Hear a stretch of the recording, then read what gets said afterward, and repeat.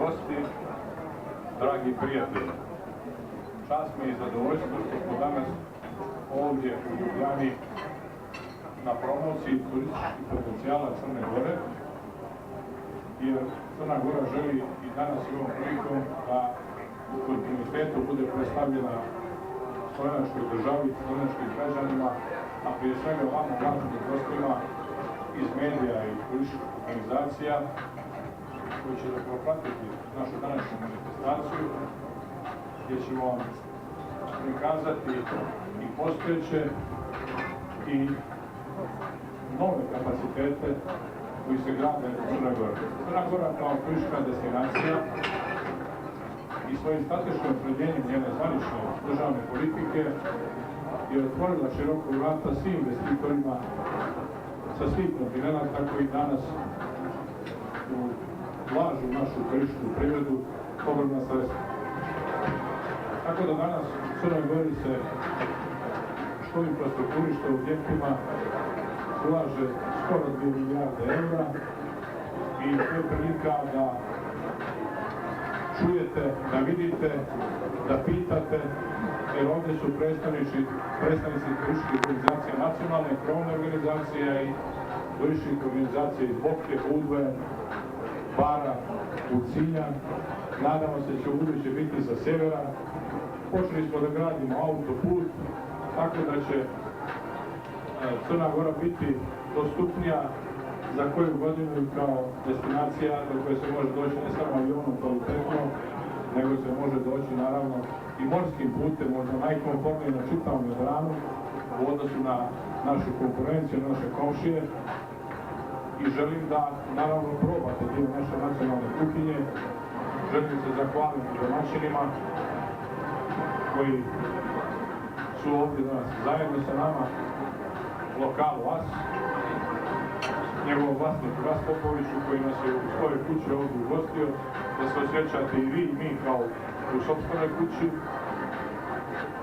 Tu je i naša turistička organizacija, tu su i čelnici Budvanske rivijere, tu su i naši sponzori, a večeras za one koji budu izričito to željeli, moći će da nastave jedno slavlje, gdje će također biti promocija naša turistička u Vili pod Rožnikom 20 sati na humanitarnom zgoditku ili zbivanju koji će biti upriličen kao i svake godine, gdje će biti upriličena možda i neko po želji iz medija, eventualno u saglasnost domaćina, to je Lions Klub Ilirija Ljubljana, možda i bude i večeras tamo. Evo, to je par riječi, pošto mi kao ambasada smo na neki način ipak i domaćini i zajednički smo organizovali ovaj susret. Nadamo se da ćemo to raditi u budućem kontinuitetu najmanje 2 puta godišnje, a po potrebi češće, i da će naša ambasada biti otvorena za sve turističke poslanike, za sve građane koji se mogu interesovati na licu mjesta, dobiti propagandni materijal i kvalitetne informacije oko njihovog zanimanja da posjete Crnu Goru. Hvala vam na pažnju, dao bih riječ gospođi Željki Kukavičić, novom direktoru Nacionalne turističke organizacije Crne Gore. Hvala vam na pažnju.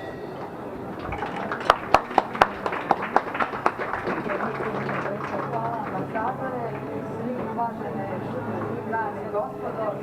uvažene dame i gospodo, dragi prijatelji, dozvolite da vas pozdravim Nacionalne turističke organizacije Crne Gore i da vam se zahvalim što ste danas ovdje sa nama. Evo, mi smo se potrudili danas iz Crne Gore da vam donesemo i lijepo vrijeme, da bi cijeli kompletan ugođaj koji ćemo imati danas ovdje, a vjerujem biti zadovoljstvo svih nas.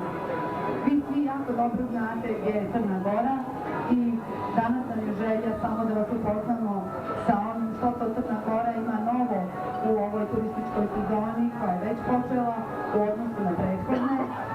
Svi ste svjedoci, a i ambasador je u svom izlaganju rekao da jako puno toga radimo kada je u pitanju neophodne pretpostavke za razvoj turizma, dakle u dijelu infrastrukture putne, komunalne i kada je u pitanju dostupnost Crne Gore, avio i sve druge vrste dostupnosti. Također, ono na čemu u kontinuitetu radimo jeste podizanje kvaliteta smještajnih kapaciteta, i zaista u Crnoj Gori iz godine u godinu vidni su pomaci. Mi raspolažemo negdje sa oko 40.000 kreveta u hotelima, dakle u osnovnom smještaju, i negdje oko 35% tih kapaciteta je kategorije 4-5 zvjezdica. Za ovu turističku sezonu u ponudi ćemo imati negdje oko 1000 kreveta u novim i renoviranim hotelima visoke kategorije 4 i 5 zvjezdica. Također ono što vlada Crne Gore radi u kontinuitetu jeste da se ukupni investicioni ambijent, kad je pitanje ulaganje u sektor turizma, iz godine u godinu unapređuje i kroz 6 podsticajnih mjera, kroz određene poreske olakšice, također smo prepoznati kao jedna vrlo atraktivna investiciona destinacija.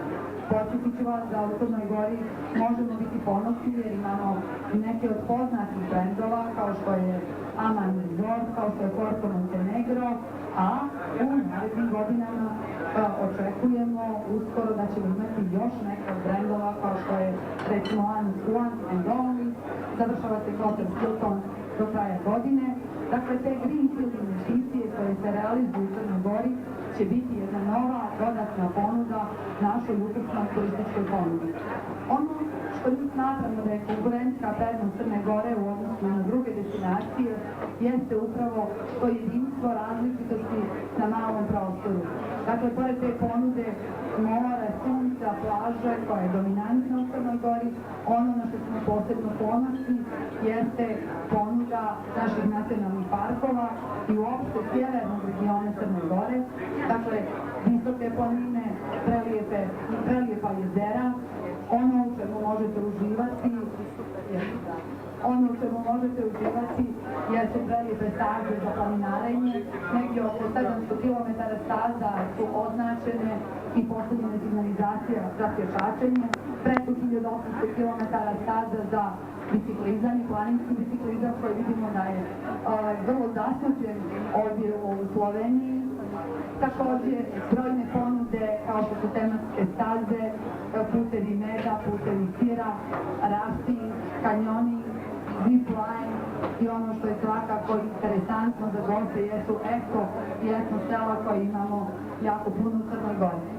Također ono što ćemo nas gosti prepoznaju jeste svakako naša tradicionalna hrana i gostoprimstvo naših ljudi, jednako kao što je to ovdje u Sloveniji. Dakle, gostoprimstvo je nešto što je karakteristika i ponude naše zemlje. Također, brojne manifestacije u Crnoj Gori koje počinje već krajem marta i traju do kraja septembra širom Crne Gore. U ovom periodu s akcentom, ja kažem, na primorski region Crne Gore i već ovih dana u Usinju imamo jedan sjajan muzički festival i ja vas pozivam da i tom prilikom dođete i da posjetite i već poznati Sea Dance festival koji se i ove godine organizuje na plaži Jaz u Bugi, a inače plaža Jaz u Bugi je plaža koja je ove godine od strane onog planeta proglašena jednom od najboljih, odnosno najbolja evropska plaža. Dakle, koristimo ovu priliku zaista da vas sve zajedno pozovemo da dođete, da osjetite Crnu Goru, za sve oni koji nisu bili i da zajednički uživamo, a ono što je također mislim korisno za predstavnike turističkih agencija jeste povezivanje ponude, naše ponude sa ponudom koju ima Slovenija, pogotovo kada su u pitanju daleka tržišta, tržište Kine, tržište Japana. Svi znamo da su to tržišta koje nikad ne dolaze samo u jednu zemlju i ovom prilikom, a već smo razgovarali, pozivamo turističke agencije Slovenije da zajedno sa našim turističkim agencijama u Crnoj Gori, sa našim udruženjima formiramo pakete i kao takvi, kao region, da se predstavimo tim dalekim tržištima. Ja vam se ovom prilikom zahvaljujem i pozovem vas da se poslužite, da dođete u Crnu Goru i tu imamo film i koliko koktela, dođete uživati. Hvala vam puno.